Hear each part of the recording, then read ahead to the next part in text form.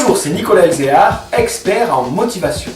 J'aide les gens qui veulent atteindre leur but et acquérir une motivation à toute épreuve pour adapter les meilleures stratégies à leur personnalité et à leurs capacités, afin qu'ils retrouvent du temps pour eux, leur famille et les projets qui leur tiennent à cœur. J'aimerais sincèrement vous remercier de votre confiance. Je vous félicite d'avoir pris la décision et d'être passé à l'action en vous inscrivant à cette série de vidéos. Vous faites le premier pas vers une nouvelle vie plus sereine et plus exaltante. Vous découvrirez dans cette série de 3 vidéos les 3 choses qui font la différence entre les gens qui maîtrisent leur temps et ceux qui courent après le temps. Dans cette vidéo, j'aimerais partager avec vous comment la préparation mentale peut vous aider à changer votre vie. Et vous allez voir, c'est simple. En fait, c'est du bon sens.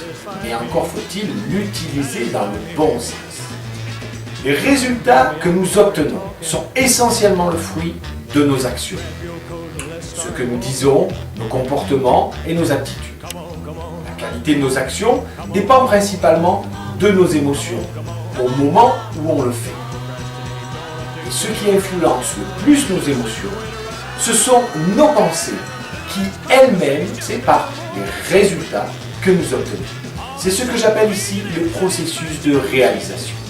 Le processus de réalisation peut être un cercle vicieux ou vertueux, selon vos pensées et vos émotions personnelles.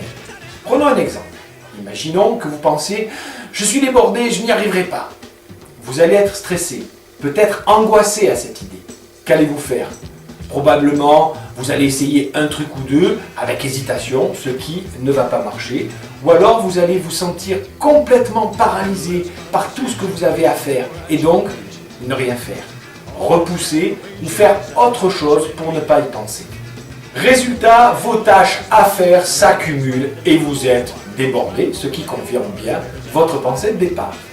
Cela marche pour tous les domaines de vie. L'argent, l'amour, la santé, les amis, la reconnaissance sociale. Tout. Ma compagne a peur des abeilles.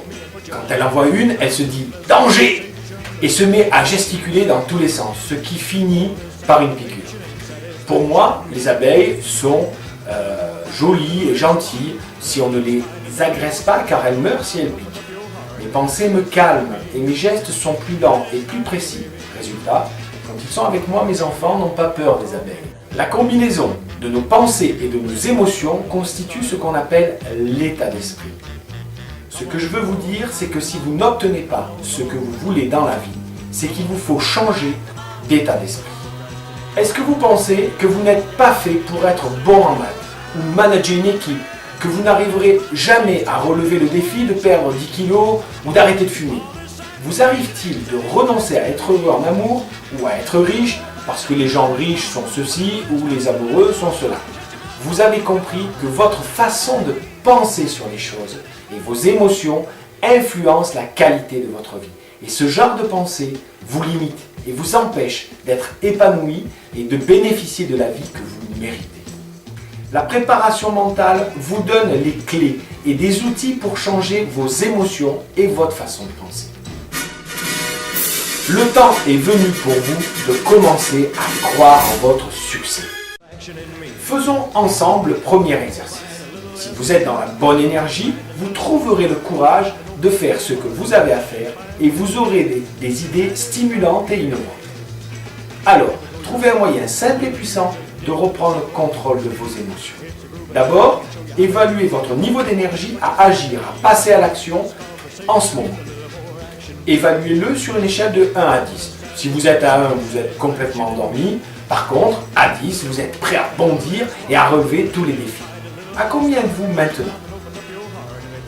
Ok, levez-vous de votre chaise et sautillez sur place. Et puis, faites un geste de victoire, comme si vous veniez de marquer le but de la finale ou gagner la course olympique d'un cheveu. Quel geste feriez-vous? Quel cri de victoire adopteriez-vous? Yes! Ouais! Vous n'obtiendrez pas le même résultat avec juste un « youpi, chouette ». Allez, levez-vous et mettez-vous en énergie 3 fois avec votre geste et votre cri de victoire. N'hésitez pas à stopper la vidéo et revenir après. On le fait ensemble? Allez! Yes! Yes! Yes! Wouh! Ça fait du bien, n'est-ce pas? À combien évaluez-vous votre niveau d'énergie maintenant?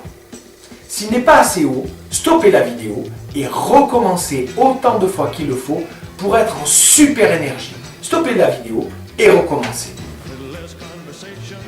Vous voyez, vous savez déjà comment changer votre état émotionnel en quelques secondes. Notre physiologie a un grand pouvoir sur nos émotions. Notre façon de nous tenir, de respirer, de bouger, de sourire ou de faire la gueule détermine notre état d'esprit pour la journée. Vous aurez remarqué que les gens déprimés ont une façon de se tenir, de parler et un faciès particulier. Par contre, les gens heureux, pleins d'énergie, se tiennent plutôt comme ça, parlent fort et respirent pleinement. Hey, salut, la forme ce matin! Ils ont généralement un large sourire sur le visage. La bonne nouvelle, c'est que notre physiologie a plus de pouvoir que nos pensées. La plupart des gens croient le contraire. C'est une pensée limitante. Ils pensent que si ils n'ont pas le moral, que ça va mal pour eux en ce moment, eh bien, vous ne pouvez pas changer les choses. En fait, vous pouvez changer les choses, agir sur vos émotions et commencer à inverser le processus. Reprenez le contrôle de votre vie à tout moment. Faites le test avec moi. Levez-vous et faites le test. Pensez à quelque chose qui vous mine, qui vous déprime ou qui vous met en colère. Allez, cherchez la crise, votre banquier, votre voisin, le gouvernement, vos enfants.